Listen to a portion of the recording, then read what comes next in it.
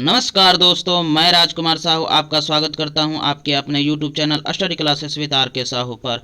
चलिए दोस्तों, आज का वीडियो स्टार्ट करते हैं और आज के वीडियो में हम जानेंगे संविधान से संबंधित महत्वपूर्ण अनुच्छेद के बारे में। और मैं आपसे दोस्तों यह भी कहना चाहता हूं कि इसका पहला पार्ट, दूसरा पार्ट और तीसरा पार्ट मैंने ऑलरेडी अपलोड कर दिया हूँ, उसको भी आप देख लीजिएगा ताकि आपको नॉलेज हो सके।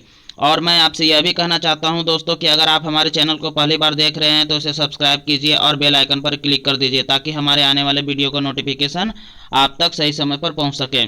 चलिए दोस्तों, आज का पार्ट स्टार्ट करते हैं और जानेंगे आज मैं कौन कौन से अनुच्छेद आपके समक्ष लेकर आया हूँ उसके बारे में।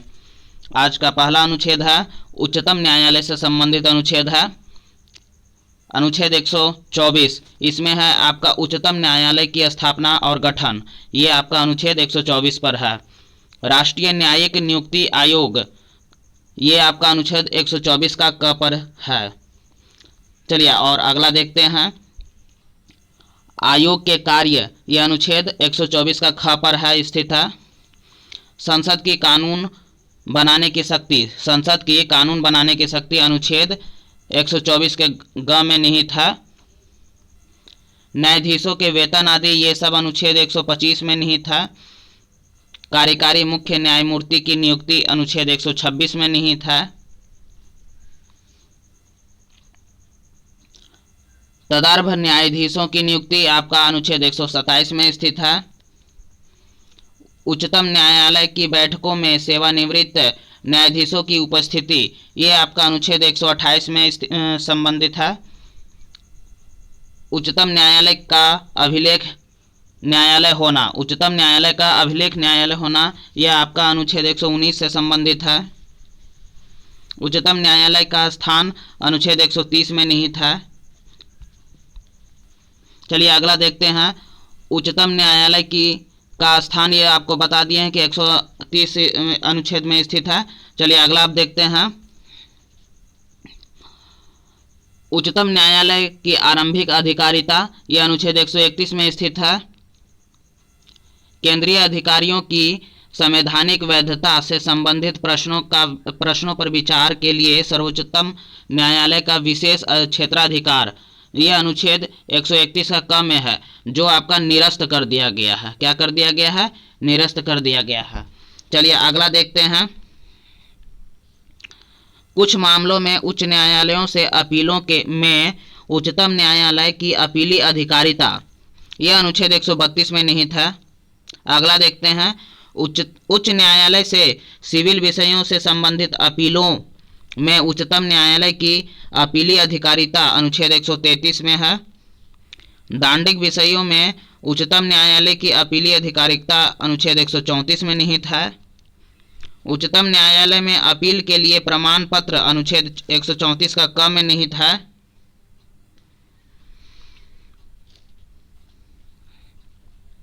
विद्यमान विधि के अधीन फेडरल न्यायालय की अधिकारिता की शक्तियों का उच्चतम न्यायालय द्वारा प्रयोक्तव्य होना, यह अनुच्छेद 135 में निहित है।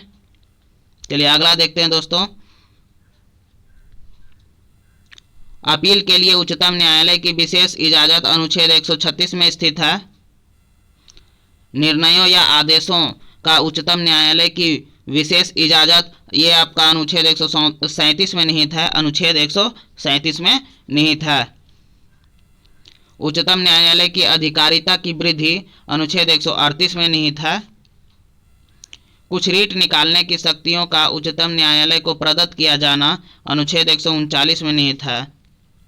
कुछ मामलों का अंतरण अनुच्छेद 139 का क में है। उच्चतम न्यायालय की अनुषांगिक शक्तियां अनुच्छेद 140 में स्थित है। उच्चतम न्यायालय द्वारा घोषित विधि का सभी न्यायालयों पर आबद्ध कर होना अनुच्छेद 141 में निहित है। उच्चतम न्यायालय की डिक्रियों और आदेशों का प्रवर्तन और प्रकटीकरण आदि के बारे में आदेश आपका अनुच्छेद 142 में निहित है। चलिए अगला नेक्स्ट देखते हैं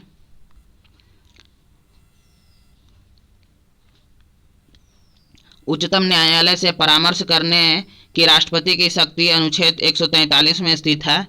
उच्चतम न्यायालय से परामर्श करने की राष्ट्रपति की शक्ति किस में निहित है? तो अनुच्छेद 143 में निहित है।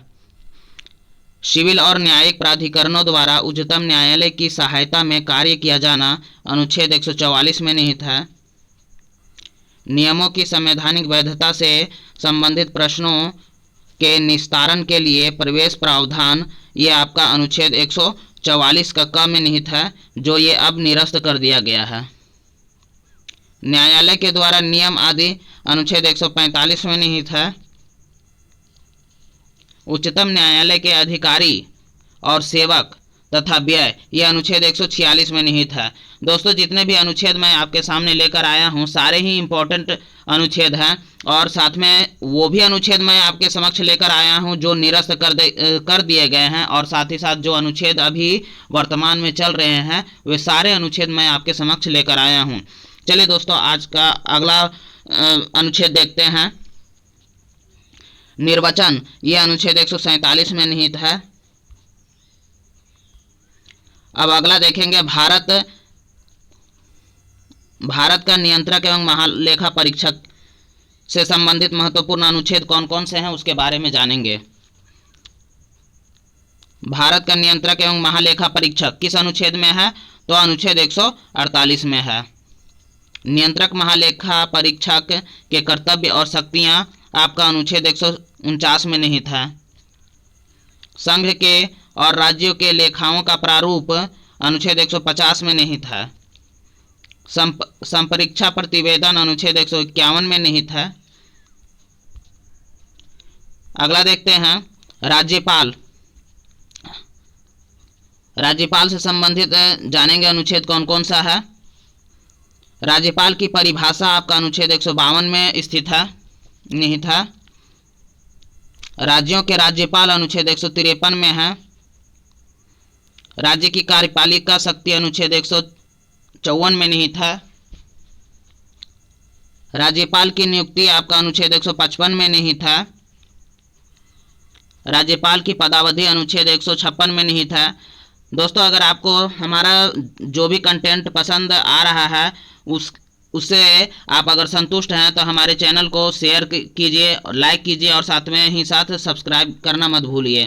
चलिए दोस्तों, आगे देखते हैं।